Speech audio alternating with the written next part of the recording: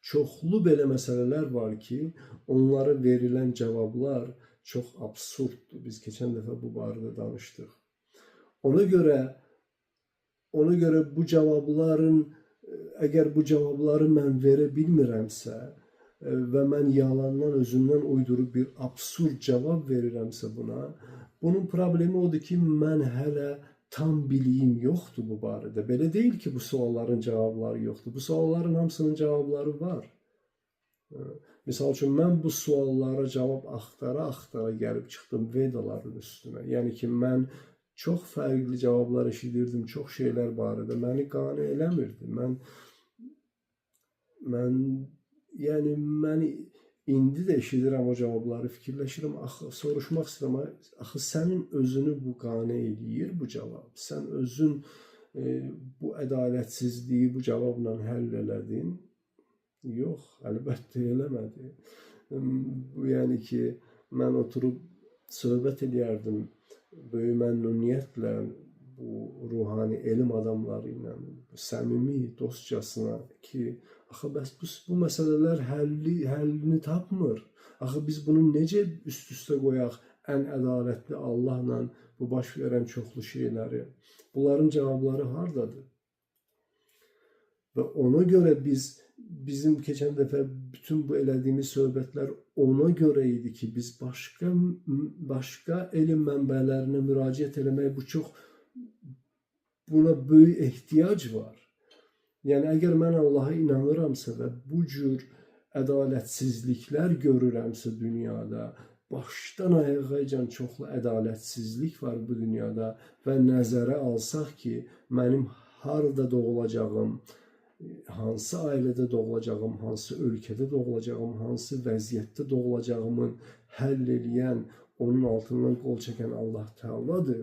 Əgər mən Allaha inanan adamamsa və bunu belə deyirəmsə ki, mənim harada doğulduğumu Allahın iradəsi ilə baş verir. Bu məsələlərin içindən çoxlu ədalətsizliklər çıxır. Mən hesab eləmirəm ki, Allah Teala ədalətsizdir.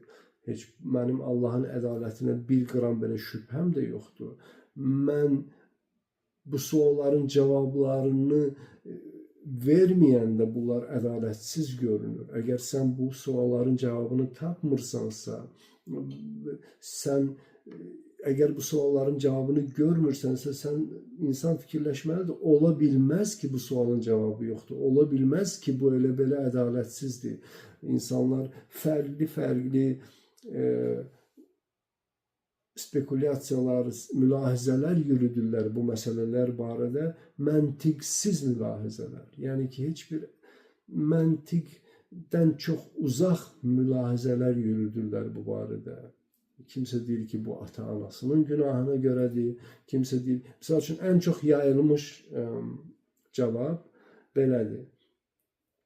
Ki, o insan heç vaxt müqəddəs kitabla rastlaşmadı, o insan heç vaxt doğuldu, tutaq ki, Amazonka meşələrində adam yeyənlərin ailəsində və onların içində böyüdü, orada da öldü, heç vaxt, misal üçün, ya Quran haqqında eşitmədi, ya Quran ayələrini bilmədi, ya yaxşı nədir, pis nədir bilmədi.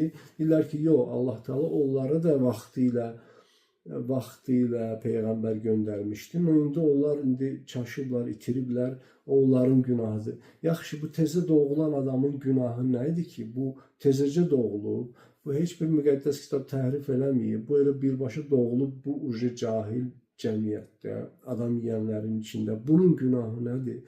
Əgər bunun orada doğulması Allahın iradəsi ilə baş verirsə, Allah Teala bəyən bu ədalətlidirmi ki, kimsə adam yeyənlərin ailəsində doğulur, kimsə mömin bir müsəlman ailəsində doğulur, varlı, gözəl həyat tərzi sürən, gözəl tərbiyə alır. Axı biz bilirik insanın yaşadığı mühit, onun tərbiyəsinə, dünya görüşünə, həyat baxışlarına nə qədər təsiri var. Kimlə oturub durursan, o cür adam da olursan. Sən oturub durursan, adam yeyənlərlə olursan, adam yeyən. İndi bunun oturub durduğu mühit, axı bu Allahın iradəsi ilə doğulub orada. Axı Allahın iradəsi ilə o birisi doğulub mömin ailəsində. Bunlar hərəsi bir cürə insan cəmiyyətində oturub dururlar və bunlara necə ədalətlisən, bunların imtahanı necə ədalətlidir? Hə, belə bir cavab var ki, onlar yenə axirətdə öz ürəyinə görə, öz düşüncələrə görə onlardan sual-cavab olacaq. Yaxşı, əgər insanlar sadəcə olaraq öz ürəklərinə görə, öz düşüncələrinə görə, öz yaxşını pisdən ayırmağına görə imtahana çəkilə bilərlərsə, onda müqəddəs kitablara nə ehtiyac var? Nə üçün ən ədalətli Allah Teala harasa müqəddəs kitab göndərir və haradasa insanların müqəddəs kitablarına tanış olub, onun yolunu getmək imkanları olur, haradasa bu imkan yoxdur.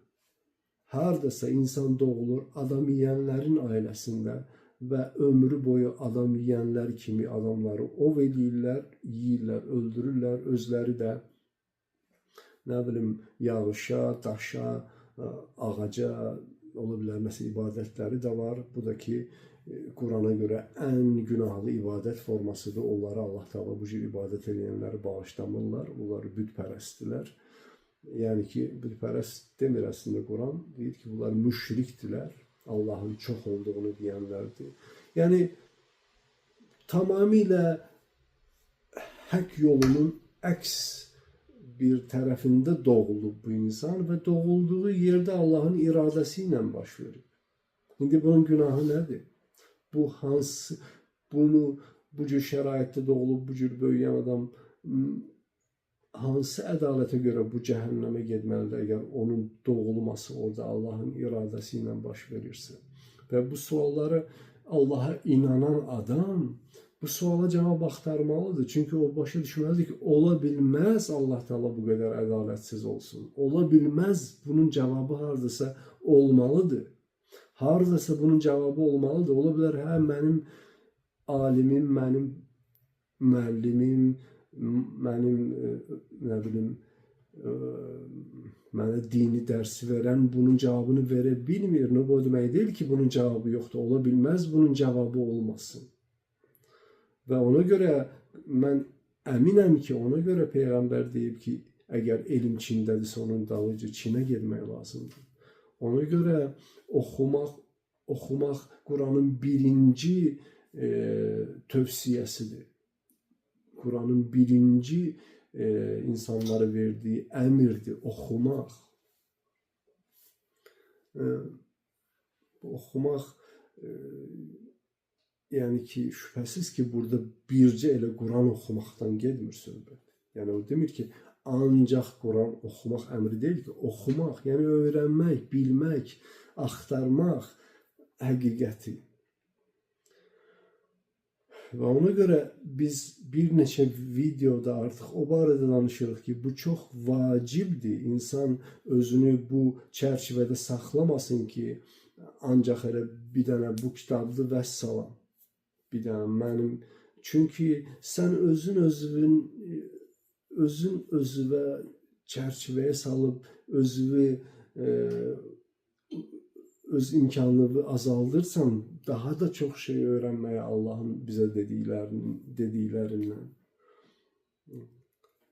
Bu mənada mən əslində qalsa istəyirdim biraz bugün Veda ədəbiyyatından danışım. Misal üçün, bütün bu sualların, bütün bu haqsız görünən, ədalətsiz görünən məsələlərin hamısının cavabı var Vedalarda. Vedalar çox dərindən Veda ədəbiyyatı, Bhagavad Gita, Şrimad Bhagavatam, başqa Upanishadalar. Veda ədəbiyyatı çox geniş ədəbiyyatdır. Və o ədəbiyyatda heç bir din təbliğ olunmur ki, bu din, o din. Orada sənə ruhi elm verir Allah tərəfindən.